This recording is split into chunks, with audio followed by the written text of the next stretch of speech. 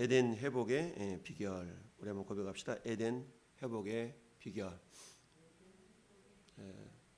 신라곤, 복락원이라는 책이 있죠. 신라곤.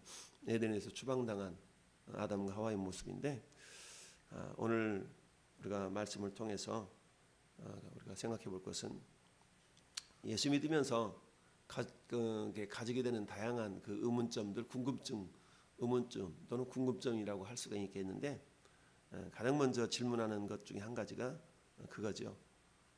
에덴 동산에 왜 하나님께서 선악과를 만들어 놨냐, 이런 질문들을 사실 많이 하죠.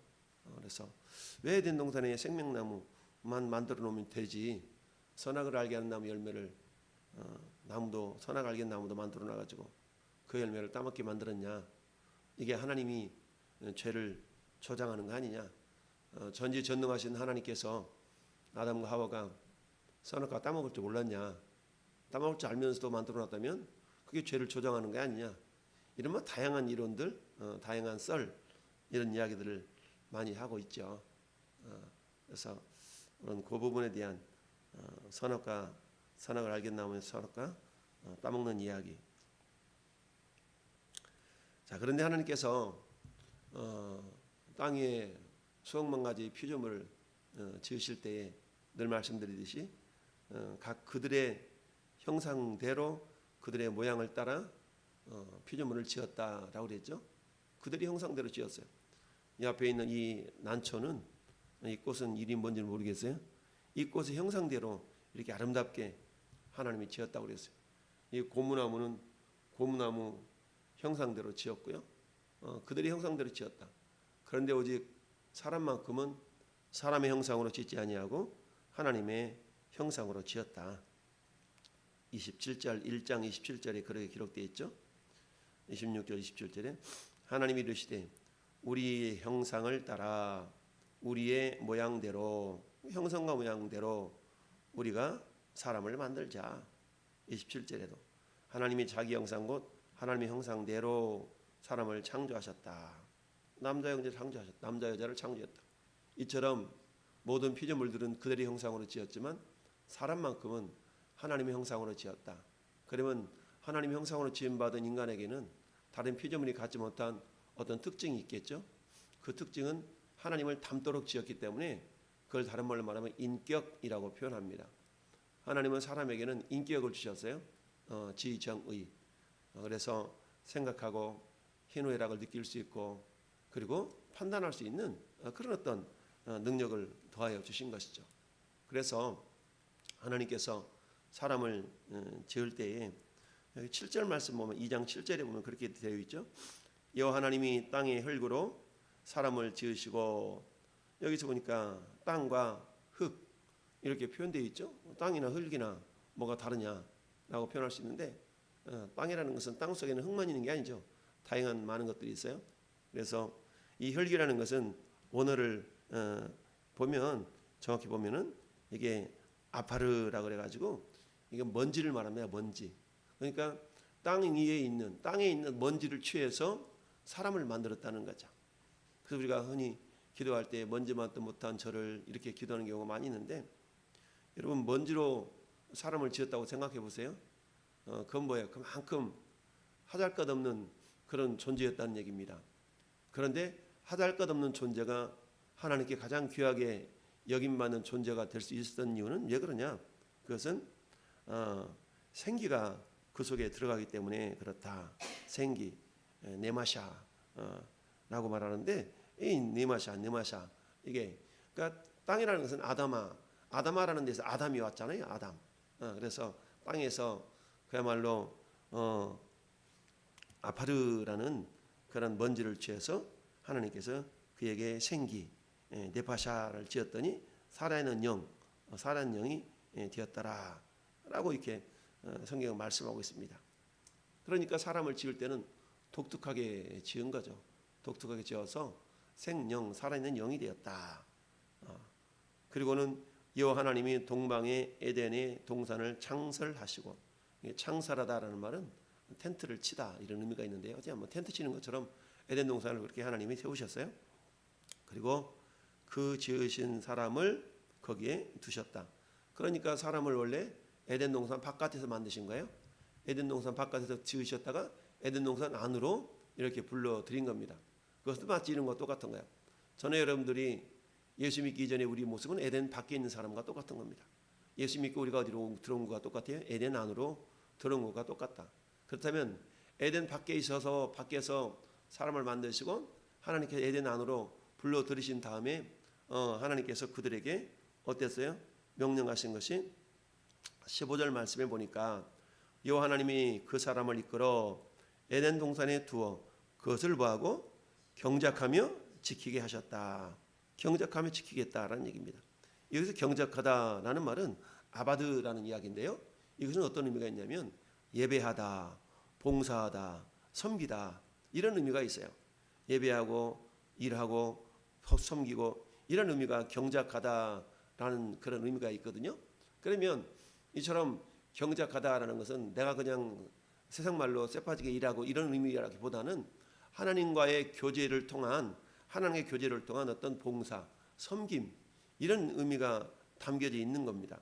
그러니까 홀로 일한다는 개념보다는 하나님과 함께 일한다라는 그런 개념이 경작하며라는 단어 속에 있는 거죠.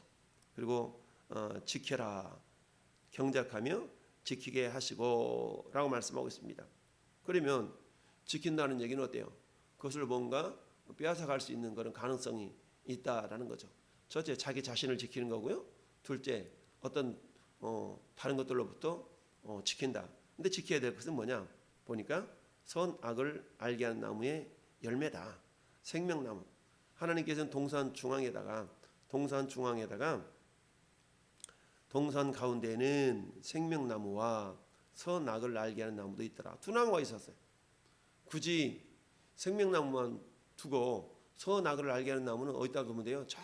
찾기 어려운데 꼴짝에다 숨겨놓으면 될 텐데 그러지 아니하고 하나님께서는 동산 중앙에다 두었다라는 얘기입니다. 한마디로 말하면 생명나무 열매를 먹을 때마다 뭘 보는 거예요? 선악을 알게 하는 열매도 같이 보는 겁니다. 이렇게 보는 건데, 자 그러면서 17절에 하나님 뭐라고 말씀하셔요? 16절 17절에 여호와 하나님이 그 사람에게 명하여 이르시되 동산 각종 나무의 열매는 네가 임으로 먹되 선악을 알게 하는 나무 열매는 먹지 말아라. 내가 먹는 날에는 뭐한다? 반드시 죽으리라. 자 그러면 어제도 얘기했듯이 하나님이 천지를 창조하셨다. 하늘이라는 영적인 공간은 생명 주기에 합당한 공간, 생명 받기에 합당한 공간. 원래 하늘에서 천사를 지으시고 하나님의 어떤 뜻을 이루는 영적인 공간이었는데 루시엘이 하나님을 대적함으로 말미암아 그와 함께 참여했던 천사 3분의 1이 이 땅으로 내어 쫓겼다라고 계시록 12장 9절부터 13절 사이에 기록하고 있는 것을 우리 다시 한번 어제 확인해 봤어요. 그렇다면 자 땅으로 내어 쫓긴 그 천사가 사단이 되는데 사단과 악한 영들이 에덴 동산도 침범할 수가 있고 그런 가능성이 있다는 것을 우리가 전제하고 여기서 경작하며 지키라라는 개념 속에 그런 의미가 담겨 있다라고 볼 수가 있죠. 자 그렇게 해서 선악을 알게 하는 나무 열매는 먹지 말아라. 내가 먹는 날에는 반드시 죽으리라. 그렇다면 선악과는 뭐고 선악을 알게 하는 나무 열매는 뭐고 도대체 생명나무는 뭐냐라고 우리가 생각해 볼 수 있겠죠. 그것은 성경을 통해서 우리가 뭘 발견할 수 있어야 된다고 그랬습니까? 예수 그리스도를 발견할 수 있어야 된다고 그랬죠. 그럼 오늘 읽은 본문 속에서 도대체 예수님을 어떻게 발견할 수 있을까? 예수님은 요한복음 10장에 보는 것처럼 내가 생명이다. 또는 요한복음 6장에 내가 생명의 떡이다. 라고 예수님 말씀하시죠. 그러니까 생명의 떡, 생명. 주님 스스로가 14장 6절에 요한복음 14장 6절은 내가 곧 길이요 진리요 뭐다? 생명이다. 요한복음 15장에서는 나는 참 포도나무에 너희는 가지라. 너희가 내 안에 붙어있지 않으면 가시를 맺을 수 없다. 내 안에 붙어있어라. 무슨 말입니까? 포도나무가 일종의 생명나무인데 그 생명나무에서 붙어서 생명을 자꾸 공급받아야만이 가지된 제자들이 열매를 맺을 수 있다라는 얘기입니다. 그렇다면 동산 가운데 있는 생명나무는 뭘 의미하는가? 그것은 곧 예수 그리스도를 예표한다라고 말씀할 수 있겠죠. 그러면 예수님과 저나 여러분들과 관계는 어떤 관계가 됩니까? 우리가 주를 떠나는 관계가 아니라 네가 내 안에 내가 네 안에. 계시록 3장 20절 말씀처럼 볼지어다 내가 문 밖에 서서 두드러노니 누구든지 내 음성을 듣고 문을 열면 내가 그에게로 들어가 그로 더불어 먹고 그는 나로 더불어 먹으리라. 여러분 이 요한계시록 3장 20절 말씀을 그림으로 그린 그 그림이 있다고 그랬죠? 우리가 뭐 그림도 보여드리고 그랬었는데 그 그림의 특징이 뭡니까? 밖에서 예수님께서 이렇게 등불을 들고 서 있고 문 앞에 서 계신 그런 그림을 그린 적이 있죠. 본 적이 있죠. 근데 그 그림의 특징이 뭐라고 그랬어요? 바깥에 뭐가 없다? 손잡이가 없다. 문 손잡이가 없어. 문고리가 없다는 얘기입니다. 그러니까 안에서 열어주어야만이 예수님이라 할지라도 들어간다는 얘기죠. 이 말은 뭡니까? 우리 주님은 결코 우리를 마치 로봇처럼 우리를 대우하지 아니하시고 우리를 인격자로 대우하신다. 인격이 있다는 것은 뭐겠어요? 내 의지로 선택하고 거부하고 이럴 어떤 그런 능력을 우리가 인격이다라고 말씀하죠. 하나님 모든 피조물들은 그들의 형상으로 지었지만 사람만큼은 하나님의 형상으로 지으신 그 까닭은 뭐냐? 하나님과 교통하는 자, 하나님과 사귀는 자 삼기 위해서 그렇게 사람을 지었다라고 그랬어요. 그리고 이 아담을 에덴 동산의 왕으로 세운 거예요. 경작하며 지키다. 또는 1장 28절에 뭐라고 그랬어요? 생육하고 번성하고 충만하고 정복하고 다스리라 라고 그랬죠.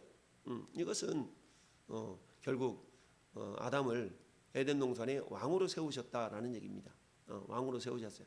그런데 왕으로 세웠기는 세웠지만 너보다 큰 왕이 있다. 너는 단지 위임받은 왕이다 라는 것을 기억하도록 하시게 하여서 선악을 알게 하는 나무, 즉 선악과라는 나무를, 선악과가 맺히는 나무를 두신 겁니다. 즉 선악과가 없이 그저 생명나무만 두었더라면 어떤 현상이 발생할 수가 있냐면 생명을 먹으면서 자칫 잘못하면 자기 자신이 피조물로서 왕은 왕인데 내 위에 아무것도 없어. 이것 때문에 교만해서 루시엘이 타락해 사단이 된 거 아니겠어요? 그러다 보니까 하나님이 이걸 아셨기 때문에 이 안전장치를 두신 게 어찌 보면 선악을 알게 하는 나무다라고 말할 수 있습니다. 그러면 선악을 알게 하는 나무, 즉 선악과는 뭘 의미하는가? 이 선악과라는 것은 따릅시다. 내 생각, 내 의지, 내 견해 이걸 말할 수 있다는 얘기입니다. 즉 내 생각대로, 내 생각에는 여러분 열왕기하 5장에 아람 나라 나아만 장군이 문둥병이 걸려서 엘리사 선지자에게 고침을 받으러 오죠.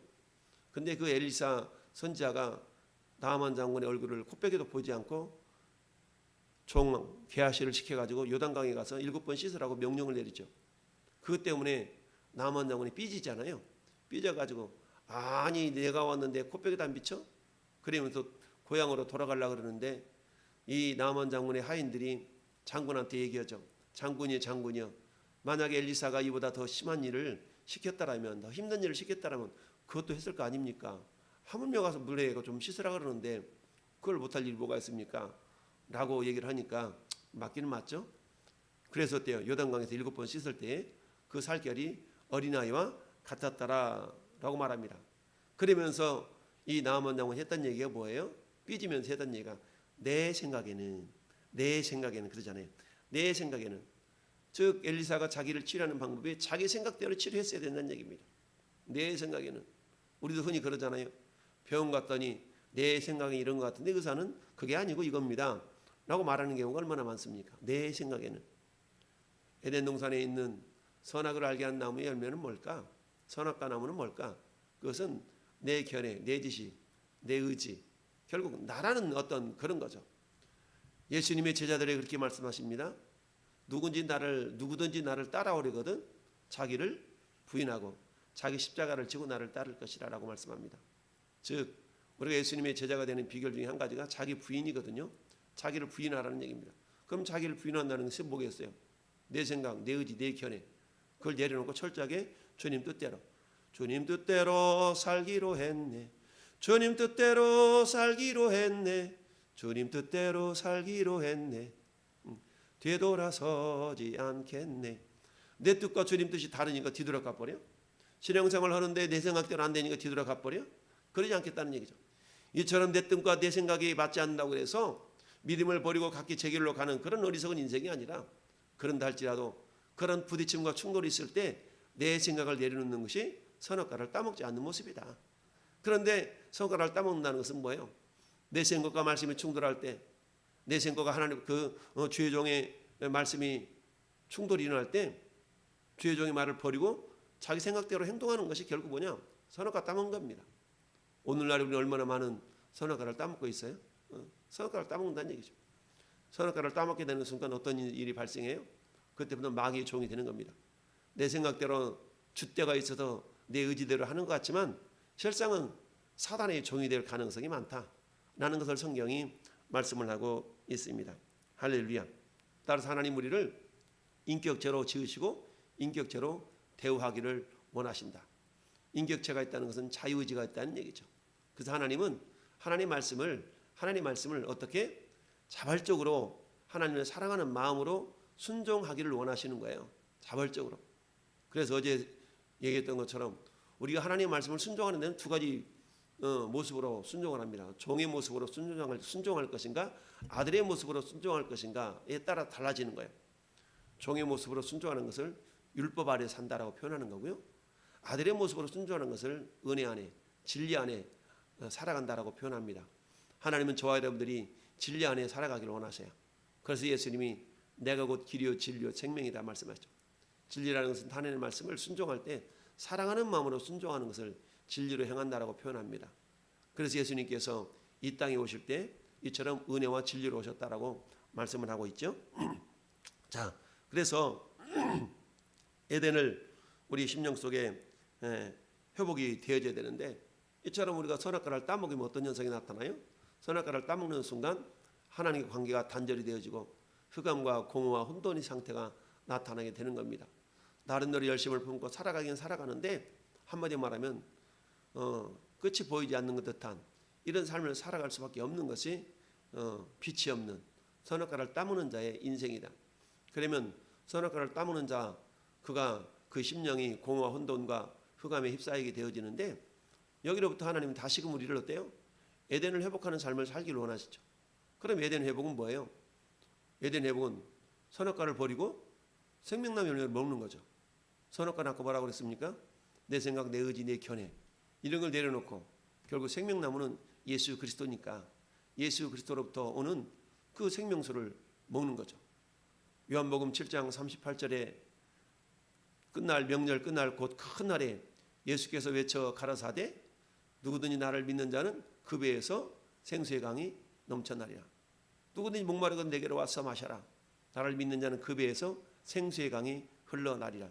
그 생수의 강이 오늘 10절부터 15절 사이에 있는 14절 사이에 있는 네 강을 말합니다. 예수를 믿는 자 그 배에서 생수의 강이 흘러나가는 거예요. 생수의 강. 여러분 네 강이 에덴에서 흘러갔다는 얘기는 뭐예요? 그 강의 근원은 동산을 통해서 흘러가는데 그것은 뭡니까? 생명나무이신 예수 그리스도를 통하여 모든 인류에게 구원을 베푸실 그 구원의 역사를 지금 상징하고 있는 거예요. 그래서 비손 네 강이 흘러가는데 이 네 강이라는 동서남북 즉 전 세계를 말씀하고 있는 거죠. 비손이라는 것은 넘쳐 흐른다라는 그런 의미가 있고요. 그다음에 기혼 터져 나온다. 히데겔 이게 금주 빠르게 흘러간다. 그다음에 유브라데 돌진한다. 이 의미들이 보면 이 강들의 의미들이 보면 뭔가 모르게 생명력 있고 생동감 있는 그런 의미를 이름의 뜻을 가진 그런 강들입니다. 무슨 말을 합니까? 우리 예수를 믿으면 생명이 약동하는 우리가 예수를 믿으면 우리 안에서 그 생명의 역사가 나타나는 그런 신앙생활들을 할 수 있게 된다는 얘기입니다. 예수를 믿으면서도 신앙생활 자체가 흐리멍텅하고 믿는 것도 아니고 안 믿는 것도 아니고 이런 사람들은 어때요? 여전히 내가 뭐하고 있다는 겁니까? 내가 선악과를 따먹고 있다는 얘기예요. 그러니까 우리가 선악과를 따먹는 인생이 아니라 생명나무, 생명이 약동하는 그런 모습은 나를 믿는 자는 그 배에서 생수의 강이 흘러나오리라. 여러분 이 창세기 2장은 결국 어디로 결론이 맺어져요? 마침내 요한계시록 21장으로 연결이 되는 거예요. 요한계시록 21장에는 뭐가 있습니까? 저 하늘 아래에 생명수 강가가 있죠. 그 생명수 강가에서 정말 맺혀져 있는 많은 나무들이 열매를 사시사철 먹고 영생을 누리는 그러는 것으로 우리가 예표가 되어지고 연결이 됩니다. 자, 그런 것처럼 오늘 에덴 동산에 하나님 두셨던 선악 알게 하는 나무 열매, 생명나무 열매. 우리는 두 열매 가운데 동시에 먹을 수 없는 겁니다.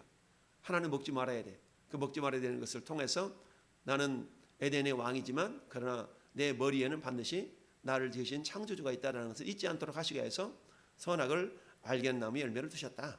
그러니까 오늘날도 마찬가지죠. 우리가 내 마음대로 내 뜻대로 내 원하는 대로 신앙생활을 하는 것이 아니라 철저하게 하나님의 뜻대로 신앙생활을 해야 된다는 얘기죠. 할렐루야. 그러니까 어때요? 우리 말씀을 제대로 알아야 되겠고 말씀을 깨달아야 되겠고 말씀을 가르침을 받아야만이 우리 하나님의 뜻대로 신앙생활을 하는 그런 사람이 될 수가 있다라는 것을 우리가 기억해야 됩니다. 오늘 하루도 겸손하게 우리가 선악과를 먹고 싶은 유혹이 있다 할지라도 내 원대로 마옵시고 아버지 원대로 되기를 원하나이다.